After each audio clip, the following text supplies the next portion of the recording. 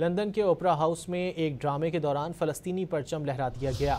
बरतानवी दारुल हुकूमत लंदन के ओपरा हाउस में पेश किए जाने वाले ड्रामे में मुख्तलिफ कॉस्ट्यूम्स में मलबूस अफराद ने अदाकारी का मुजाहरा किया। इस दौरान एक किरदार ने फ़लस्तीनी परचम लहराकर गज़ा के मजलूम शहरियों के साथ यकजहती का इजहार किया।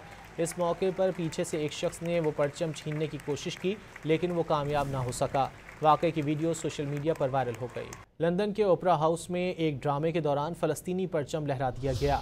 बरतानवी दारुल हुकूमत लंदन के ओपरा हाउस में पेश किए जाने वाले ड्रामे में मुख्तलिफ कॉस्ट्यूम्स में मलबूस अफराद ने अदाकारी का मुजाहरा किया। इस दौरान एक किरदार ने फ़लस्तीनी परचम लहराकर गज़ा के मजलूम शहरियों के साथ यकजहती का इजहार किया। इस मौके पर पीछे से एक शख्स ने वो परचम छीनने की कोशिश की, लेकिन वो कामयाब ना हो सका। वाक़े की वीडियो सोशल मीडिया पर वायरल हो गई।